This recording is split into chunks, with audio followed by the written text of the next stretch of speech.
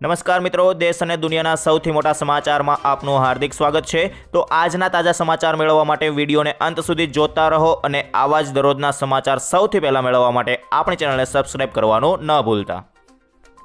તો મિત્રો, આજના પ્રથમ સમાચાર વિશે વાત કરીએ તો વરસાદનો બીજો રાઉન્ડ ક્યાં પડશે ખાસ જાણી લેજો। અંબાલાલ પટેલના જણાવ્યા અનુસાર આગામી 15 જુલાઈ સુધી રાજ્યના મોટા ભાગના વિસ્તારોમાં ભારે વરસાદની શક્યતા ઓછી છે। જો કે મધ્ય ગુજરાત અને કેટલાક અન્ય વિસ્તારોમાં હળવાથી મધ્યમ વરસાદી ઝાપટા પડી શકે છે। કેટલાક વિસ્તારોમાં 17 જુલાઈ સુધી આવું જ વાતાવરણ યથાવત રહેવાની સંભાવના છે। આ તારીખથી શરૂ થશે વરસાદનો નવો રાઉન્ડ। ખાસ જોઈ લો મિત્રો, હવામાન નિષ્ણાંતોના અનુમાન મુજબ 27 થી 30 જુલાઈ દરમિયાન ગુજરાતમાં વરસાદનો વધુ એક મજબૂત રાઉન્ડ સક્રિય થઈ શકે છે। આ દરમિયાન રાજ્યના અનેક જિલ્લાઓમાં સારો વરસાદ નોંધાઈ શકે છે। ઉપરાંત ઓગસ્ટના પ્રથમ સપ્તાહમાં પણ વરસાદની સારી શક્યતા વ્યક્ત કરવામાં આવી છે, જેના કારણે નદીઓ, તળાવો અને જળાશયોમાં પાણીની આવક વધવાની આશા છે।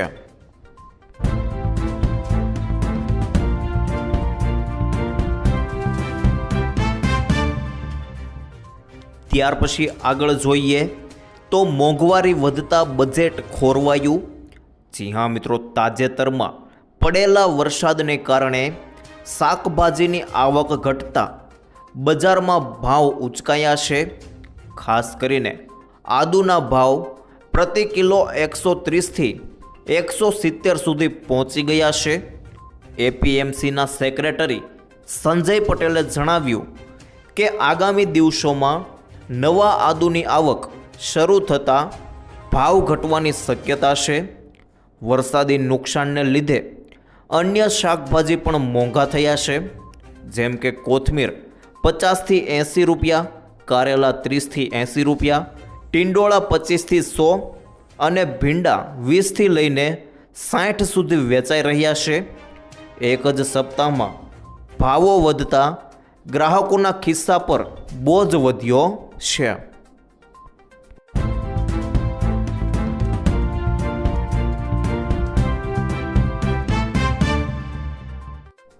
ત્યાર પછી આગળ જાણીએ તો યુદ્ધ ફરી શરૂ થઈ શકે। પેટ્રોલ ડીઝલને લઈને મોટા સમાચાર ખાસ જોઈ લેજો મિત્રો। અમેરિકા અને ઈરાન વચ્ચે ફરી એક વખત તણાવ વધ્યો છે। હોર્મુઝ સ્ટ્રેટમાં 3 કોમર્શિયલ જહાજો પર ઈરાન તરફથી મિસાઇલ હુમલા બાદ અમેરિકાની સેનાએ પણ હુમલો કર્યો છે અને ઈરાનના 80થી વધારે સૈન્ય અડ્ડા પર મોટા પ્રમાણમાં એર સ્ટ્રાઇક કરવામાં આવી છે। આ કાર્યવાહી એવા સમયે કરવામાં આવી છે કે જ્યારે ઈરાનમાં આયાતુલ્લા અલી ખામેનીના અંતિમ સંસ્કાર થઈ રહ્યા છે। ઈરાન અને અમેરિકા વચ્ચે ફરી વખત યુદ્ધનો મોરચો ખુલતા આંતરરાષ્ટ્રીય બજારમાં ક્રૂડ ઓઇલની કિંમતમાં ઓચિંતા જ ઉછાળો આવ્યો છે।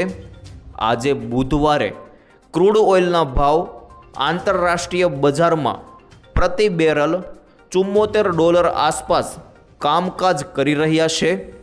બ્રેન્ટ ક્રૂડનો ભાવ 2.63% ઉછળી $76.11 થયો છે, જ્યારે WTI ક્રૂડનો ભાવ 2.63% વધી $72.29 રહ્યા છે।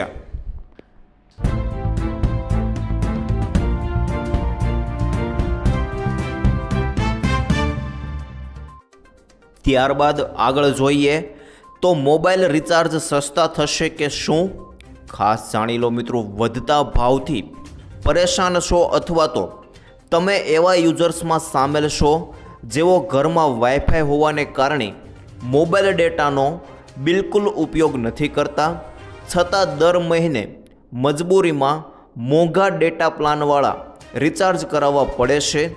જો હા, તો તમારા માટે ટૂંક સમયમાં જ ખૂબ મોટા રાહતના સમાચાર આવી શકે છે। ટેલિકોમ રેગ્યુલેટર ટ્રે એટલે કે મિત્રો ભારતીય દૂરસંચાર નિયામક પ્રાધિકરણ એ એક નવો ડ્રાફ્ટ રજૂ કર્યો છે, જે તમારા ખિસ્સાનો બોજ સીધો અડધો કરી દેશે. સરકારના આ નવા પ્લાનથી જે રિચાર્જ પ્લાન માટે તમારે આજે 300 રૂપિયા ચૂકવવા પડે છે, તે આગામી દિવસોમાં માત્ર 100 થી 150 રૂપિયામાં મળી શકે છે.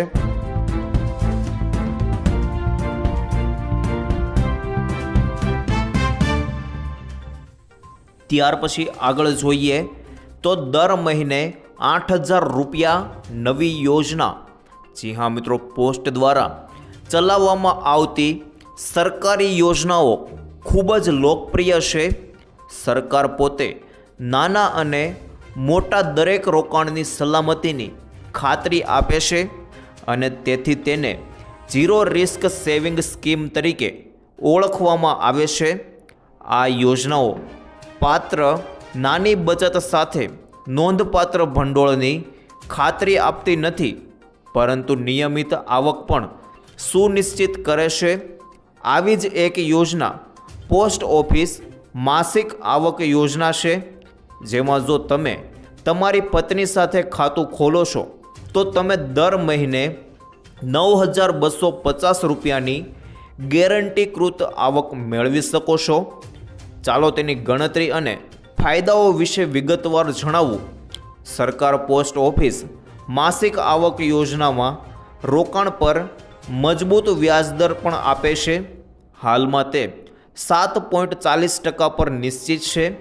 આ યોજનાની પરિપક્વતા અવધિ 5 વર્ષ છે અને 18 વર્ષ પછી વધુ ઉંમરની કોઈ પણ વ્યક્તિ તેના હેઠળ ખાતું ખોલી શકે છે.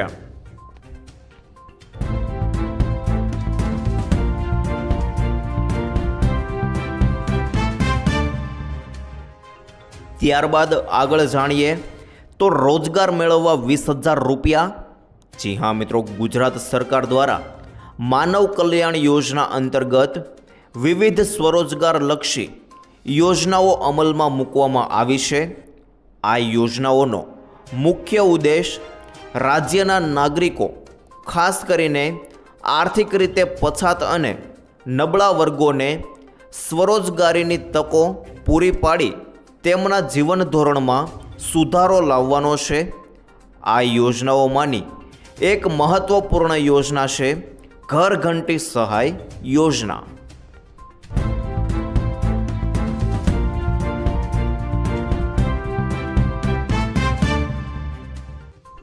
ત્યાર પછી આગળ જોઈએ તો પીએમ કિસાન યોજનાના નવા નિયમો. જી હા મિત્રો, પીએમ કિસાન યોજનાનો લાભ લેવા ખેડૂતોએ બાયોમેટ્રિક પદ્ધતિથી વાર્ષિક KYC કરાવવું ફરજિયાત બન્યું છે. જામનગર તારીખ 10 ભારત સરકાર દ્વારા પીએમ કિસાન સન્માન નિધિ યોજનાનો લાભ મેળવતા તમામ ખેડૂત લાભાર્થીઓ માટે બાયોમેટ્રિક ઓથેન્ટિકેશન દ્વારા વાર્ષિક KYC કરાવવું ફરજિયાત કરવામાં આવ્યું છે.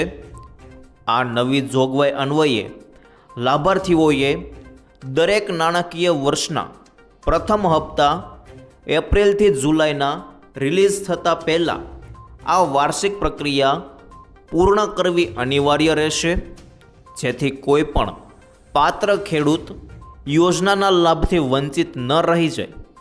જે ખેડૂતોના સ્ટેટસમાં હાલ KYC યસ દર્શાવતું હોય તેઓ પણ બાયોમેટ્રિક અથવા ફેસ ઓથેન્ટિકેશન દ્વારા આ વાર્ષિક KYC કરાવી શકે છે.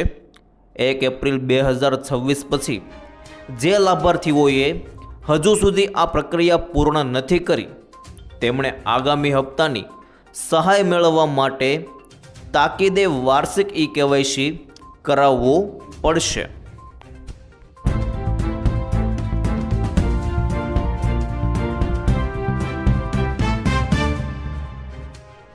ત્યારબાદ આગળ જાણીએ તો યુદ્ધ હવે મોટા પાયે મોટો ડર. જી હા મિત્રો, અમેરિકા અને ઈરાન વચ્ચેનો તણાવ ચરમસીમાએ પહોંચ્યો છે. આ અઠવાડિયે અમેરિકાએ ઈરાન પર ત્રીજી વાર હુમલો કર્યો છે. આ કાર્યવાહી અંગે અમેરિકાના સંરક્ષણ મંત્રી પીટ હેગ્સેતે સ્પષ્ટ શબ્દોમાં ચેતવણી આપી છે કે ઈરાને ખોટો નિર્ણય લીધો છે અને હવે તેણે તેની ભારે કિંમત ચૂકવવી પડશે. આ સંઘર્ષનું મુખ્ય કારણ હોર્મુઝ સ્ટ્રેટમાંથી પસાર થઈ રહેલા સાયપ્રસના ફ્લેગવાળા કન્ટેનર જહાજ એટલે કે મિત્રો MV GFS ગેલેક્સી પર IRGC દ્વારા કરવામાં આવેલો હુમલો છે. અમેરિકન સેન્ટ્રલ કમાન્ડ મુજબ આ હુમલાના જવાબમાં અમેરિકા ઈરાનની તે તમામ સૈન્ય ક્ષમતાઓને નિશાન બનાવી રહ્યું છે જેનો ઉપયોગ નિર્દોષ નાવિકો અને વ્યાપારી જહાજો પર હુમલો કરવા માટે કરવામાં આવે છે.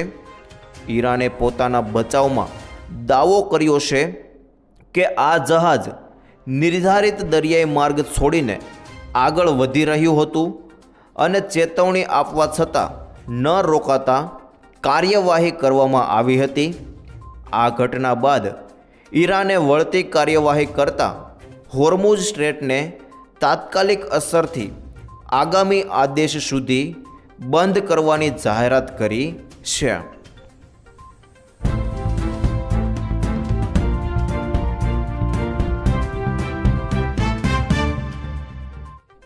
ત્યારબાદ આગળ જાણીએ તો પાલ આંબલિયાના સરકાર પર પ્રહાર. જી હા મિત્રો, ગુજરાત સરકારે કપાસ ક્રાંતિ યોજનાના અમલીકરણ માટે તાજેતરમાં એક પરિપત્ર બહાર પાડ્યો છે. આ યોજનાનો મુખ્ય ઉદ્દેશ દેશભરમાં કપાસની આયાત ઘટાડવાનો અને ખેડૂતોની આવક વધારવાનો છે. વર્ષ 2026-27થી 2030-31 સુધીના સમયગાળા માટે મિશન ફોર કોટન પ્રોડક્ટિવિટી શરૂ કરવામાં આવી છે.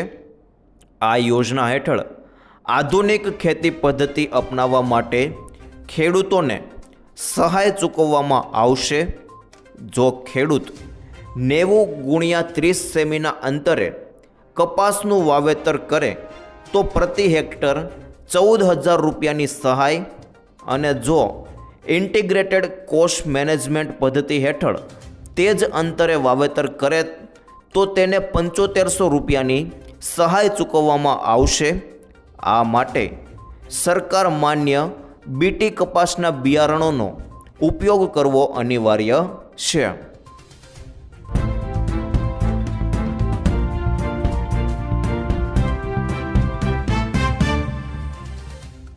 ત્યાર પછી આગળ જોઈએ તો મોબાઈલ ફોન અને લેપટોપમાં મળશે રાહત. જી હા મિત્રો, સરકારે ઘરેલું પ્રોડક્શન વધારવા માટે બેઝિક ડ્યુટી ખતમ કરી દીધી છે. હવે display assembly, lithium ion cells અને ઇન્ડક્ટર કોઇલ મોડ્યુલ બનાવવામાં ઉપયોગમાં લેવાતું મટીરિયલ સસ્તું થઈ જશે. આ છૂટ 31 માર્ચ 2029 સુધી ચાલુ રહેશે. આના માધ્યમથી સરકાર દેશમાં ઇલેક્ટ્રોનિક્સ ગુડ્સનું પ્રોડક્શન વધારવા અને કંપનીઓનો ખર્ચ ઓછો કરવા માગે છે. અત્યાર સુધી ડિસ્પ્લે એસેમ્બલી અને લિથિયમ આયન સેલ્સ વગેરે માટે ભારત મોટા ભાગે ચીન અને વિયેતનામ પર નિર્ભર છે. આ નિર્ભરતાને ખતમ કરવા માટે સરકારે આ નિર્ણય લીધો છે. આનાથી ઘરેલું સ્તરે પ્રોડક્શન વધશે અને વિદેશો પરની નિર્ભરતા પણ ઓછી થશે.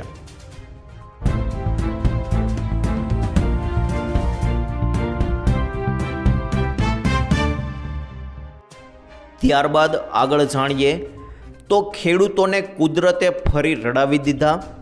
જી હા મિત્રો, ગુજરાતમાં ચોમાસાની ગતિ હાલ ધીમી પડી છે. હવામાન વિભાગના અનુમાન મુજબ આગામી દિવસોમાં દક્ષિણ ગુજરાત અને સૌરાષ્ટ્રના કેટલાક વિસ્તારોમાં છૂટાછવાયા વરસાદની શક્યતા છે, જ્યારે રાજ્યના મોટા ભાગના વિસ્તારોમાં નોંધપાત્ર વરસાદની સંભાવના ઓછી છે. ગુજરાતમાં સામાન્ય કરતાં 10% વરસાદ ઓછો છે, જેમાં ગુજરાત રાજ્યમાં અત્યાર સુધી સરેરાશ 6.5 ઇંચ જેટલો વરસાદ નોંધાયો છે, જે સામાન્ય વર્ષોની સરખામણીએ અંદાજે 13% ઓછો છે. વરસાદની અછતને કારણે ખેડૂતોમાં ચિંતા જોવા મળી રહી છે અને ખેતી માટે જરૂરી વરસાદની તેઓ કાગડોળે રાહ જોઈ રહ્યા છે. બીજી તરફ દેશના લગભગ 70% વિસ્તારમાં પણ વરસાદે વિરામ લીધો છે. ગુજરાત ઉપરાંત અનેક રાજ્યોમાં આગામી 5 દિવસ સુધી ભારે કે વ્યાપક વરસાદની કોઈ ખાસ શક્યતા વ્યક્ત કરવામાં આવી નથી.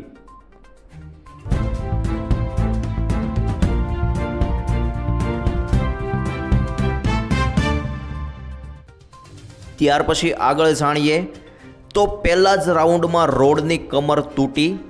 જી હા મિત્રો, આશ્ચર્યની વાત એ છે કે ધોધમાર વરસાદ વિના જ ક્યાંક રસ્તાઓ બિસ્માર થઈ રહ્યા છે તો ક્યાંક કરોડોના ખર્ચે બનેલા અંડરપાસ ધોવાઈ રહ્યા છે.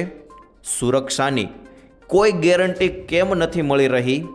જનતા પાસેથી મોટો ટેક્સ વસૂલ્યા પછી પણ મહાનગરોના વાહન ચાલકોને સુવિધા કે સુરક્ષાની કોઈ ગેરંટી મળી રહી નથી. મહાનગર રાજકોટ અને સુરતમાંથી સામે આવી રહેલા દ્રશ્યો જ તંત્રની પ્રી મોન્સૂન કામગીરીની વાસ્તવિકતા દર્શાવે છે. રાજકોટની વાત કરીએ તો અહીંના હોમી દસ્તુર અંડરપાસમાં ગાબડા પડ્યા છે. આ અંડરપાસ માત્ર 1 વર્ષ પહેલાં જ અંદાજે 4 કરોડ રૂપિયાના ભારેખમ ખર્ચે તૈયાર કરવામાં આવ્યો હતો. ધ્યાન દોરવા જેવું એ છે કે હજુ તો રાજકોટમાં જોઈએ એવો વરસાદ પણ નથી પડ્યો ને ત્યાં ધોધમાર વરસાદ પહેલાં જ આખો અંડરપાસ ધોવાઈ ગયો છે.